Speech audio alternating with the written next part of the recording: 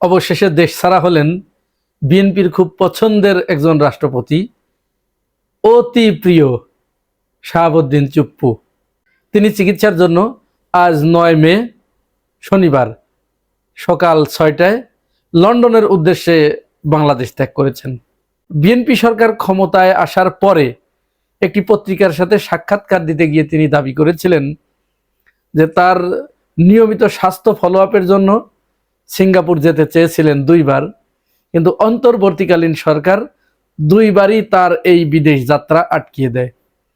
তার সাথে অনেক অমানবিক আচরণ করা হয়েছে ইত্যাদি ইত্যাদি তিনি অনেক কথা বলেছেন সাক্ষাৎকারে। অবশেষে বিএনপি সরকার তার সেই মনোবাঞ্ছা পূর্ণ করলো। তিনি চিকিৎসার জন্য লন্ডনের উদ্দেশ্যে চলে গিয়েছেন। এখন একটা প্রশ্ন এখানে আসতে পারে এবং জনমনে এই প্রশ্ন খুব ঘুরপাক খাচ্ছে।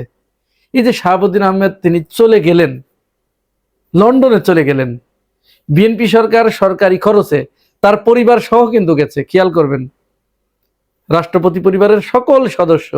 তাহলে পরিবার সহ যেহেতু তিনি গিয়েছেন এবং লন্ডনে, প্রশ্নটা কিন্তু খুব স্বাভাবিক একটা ব্যাপার ঘুরপাক খাচ্ছে। তিনি কি ফিরে আসবেন নাকি আসবেন না? তিনি কি একবারে গেলেন নাকি তিনি রাষ্ট্রপতি পদের লোভে আবার ফিরে আসবেন? অধিকাংশ রাজনীতি বিশ্লেষক যারা, তারা বলছেন যে যেহেতু তিনি দীর্ঘদিন ধরেই যাওয়ার একটা মৌকা খুঁজছিলেন, কারণ তিনি এত পাপ করেছেন, অপরাধ করেছেন যে তার শেখ হাসিনার যতটুকু অপরাধ, তার অপরাধ শেখ হাসিনার চেয়ে কোনো অংশে কম নয়।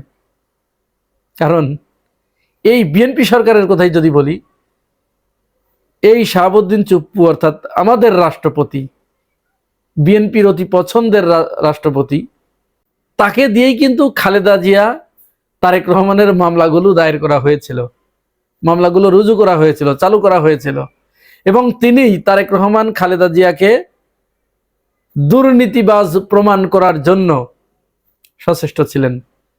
শেখ হাসিনা তাকে দুদকে এনেছিলেন, দুদকের চেয়ারম্যান বানিয়েছিলেন। এইখানে এসে তিনি তারেক রহমান এবং খালেদা জিয়ার বিরুদ্ধে দুদকের যতগুলো মামলা ছিল সবগুলো সচল করেছিলেন। শুধু তাই নয়, এই আমাদের শাহাবুদ্দিন চুপ্পু, আমাদের রাষ্ট্রপতি, বিএনপির অতি পছন্দের রাষ্ট্রপতি, তিনি বারবার জিয়াউর রহমানকে মুক্তিযুদ্ধের খেতাব কেড়ে নেবার জন্য আহ্বান জানিয়েছিলেন। স্বাধীনতার ঘোষক শহীদ প্রেসিডেন্ট জিয়াউর রহমান এটি তিনি কখনোই স্বীকার করেন নাই, মানতে চান নাই।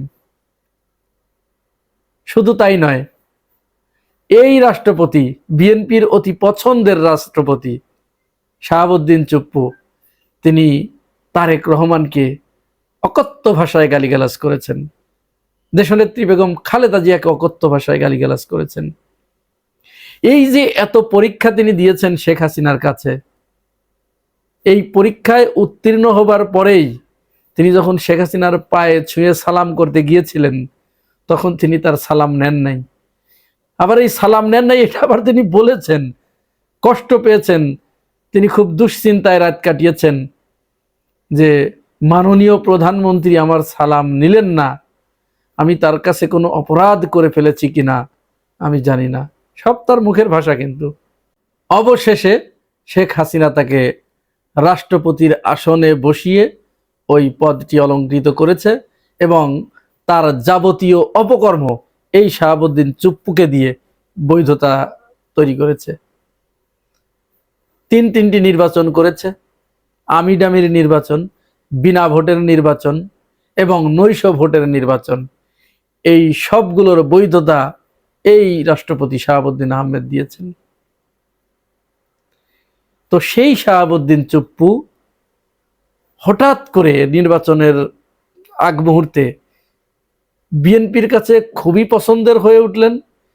কেন জানি না বিএনপি তাকে এত পছন্দ করা শুরু করলো যে পৃথিবীর সব কিছু এলোমেলো হতে পারে, সব কিছু ওলট পালট হতে পারে, এই শাহাবুদ্দিন চুপ্পুর ওলট পালট হবার কোনো সুযোগ নেই, তার একটা লোম সোজা করার মতো কেউ নাই। বিএনপি একেবারে সামনে দাঁড়িয়ে গেছে।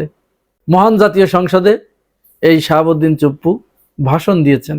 ত্রয়োদশ জাতীয় সংসদের প্রথম অধিবেশনে তিনি রাষ্ট্রপতির ভাষণ দিয়েছেন। বিএনপির নেতা নেত্রীরা তার এই ভাষণের উপরে বিশদ আলোচনা করেছেন, ধন্যবাদ জ্ঞাপন করেছেন। শুধুমাত্র একজন মেরুদণ্ডওয়ালা এমপি এই সংসদে রয়েছেন, আশরাফ উদ্দিন। তিনি বলেছেন, ওই চেয়ারটাকে আমি ধন্যবাদ জানাচ্ছি, ওই চেয়ারটাকে আমি সম্মান জানাচ্ছি, ওই পদটাকে আমি সম্মান জানাচ্ছি, কিন্তু ওই চেয়ারে এই মুহূর্তে যে ব্যক্তি বসে আছে তাকে আমি ধন্যবাদ দিতে পারছি না বলে আমি আন্তরিকভাবে দুঃখিত। একজন ব্যক্তি বলেছেন। বোধ করি জুলাইয়ের যে গণ অভ্যুত্থান, এই একজন ব্যক্তি শুধু বুঝেছে, আর বিএনপির বর্তমান যারা এমপি আছেন, মন্ত্রী আছেন, এরা কেউ বুঝেন নাই। জুলাইয়ের চেতনা এদের কাছে কোনো ভ্যালু নাই। আশরাফ উদ্দিন আরো কয়েক জায়গায় খুব চমৎকার চমৎকার কথা বলেছেন। বিএনপির ভিতরে বর্তমান 2 জন সংসদ সদস্য, এই আশরাফ উদ্দিন আর পঞ্চগড় 1 থেকে নওশাদ জমির, এই 2 জন মোটামুটি বোঝা যাচ্ছে, দেখতে মনে হচ্ছে তাদের ভিতরে মনুষ্যত্ব কিছুটা এখনো জীবিত আছে। যাই হোক, আবার ফিরে আসি রাষ্ট্রপতি ইস্যুতে। শাহাবুদ্দিন চুপ্পু তিনি গেছেন, 18 তারিখে তার ফিরে আসার কথা। এই 18 মে 2026 সালে চিকিৎসা শেষে লন্ডন থেকে তার ফিরে আসার কথা। এখন তিনি আদতেও ফিরে আসবেন কিনা, দীর্ঘদিন তিনি যাওয়ার জন্য একটা মৌকা খুঁজছিলেন, পায়তারা করছিলেন। কারণ ওই যে কথা বলতে গিয়ে এত দূর চলে এসেছি, শেখ হাসিনার চেয়ে কোনো অংশে কম অপরাধী তিনি নন, ক্ষেত্র বিশেষ শেখ হাসিনার চেয়ে বেশি অপরাধ তিনি করেছেন। তাহলে তিনি যখন এই পদ থেকে সরে দাঁড়াবেন, তখন তো তাকে বেশ কয়েকটি বিচার মোকাবেলা করতে হবে। আন্তর্জাতিক অপরাধ ট্রাইব্যুনালের খড়গ হস্ত তার দিকে ধেয়ে আসছে। শাপলা গণহত্যার যে বিচার, হত্যাকাণ্ড, এটি তার দিকে ধেয়ে আসছে। জুলাই গণ অভ্যুত্থানে যে 1400-র মতো শহীদ হয়েছেন, তাদের আত্মাগুলো এই শাহাবুদ্দিন চুপ্পুর দিকে ধেয়ে আসছে। যে 50,000-এর মতো আহত, ক্ষত বিক্ষত, পঙ্গু, হাত হারা, পা হারা, তারা এই শাহাবুদ্দিন চুপ্পুর দিকে এগিয়ে আসছে।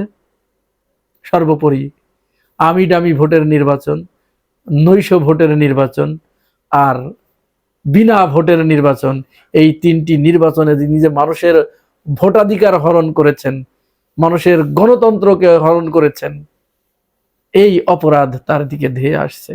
সুতরাং ফাঁসির দড়ি তাকে বলছে যে তুমি যেখানেই যাও না কেন, তুমি যে অপরাধ করেছো, এই জায়গা থেকে তোমাকে রক্ষা করার মতো কেউ নাই। একমাত্র আছে বিএনপি, যে তোমাকে সসম্মানে সরকারি খরচে লন্ডনে পাঠিয়ে দিল, তুমি বেঁচে গেলে। ফাঁসির দড়ি তাকে এইভাবে বলছে যে তুমি বেঁচে গেলে, কারণ সরকার তোমাকে সরকারি খরচে পাঠিয়ে দিয়েছে, পালিয়ে যেতে দিয়েছে। যাই হোক, আবারও বলছি, তিনি আদৌ ফিরে আসবেন কিনা সেটি দেখার জন্য আমাদেরকে আগামী 18 মে 2026 তারিখ পর্যন্ত অপেক্ষা করতে হচ্ছে। প্রিয় ভাই ও বোনেরা, আপনারা কি মনে করেন, তিনি কি ফিরে আসবেন নাকি স্থায়ীভাবে পগার পার হলেন? জানাবেন মন্তব্যের ঘরে। আর যদি নতুন হয়ে থাকেন চ্যানেলে, তাহলে চ্যানেলটি সাবস্ক্রাইব করে পাশে থাকবেন।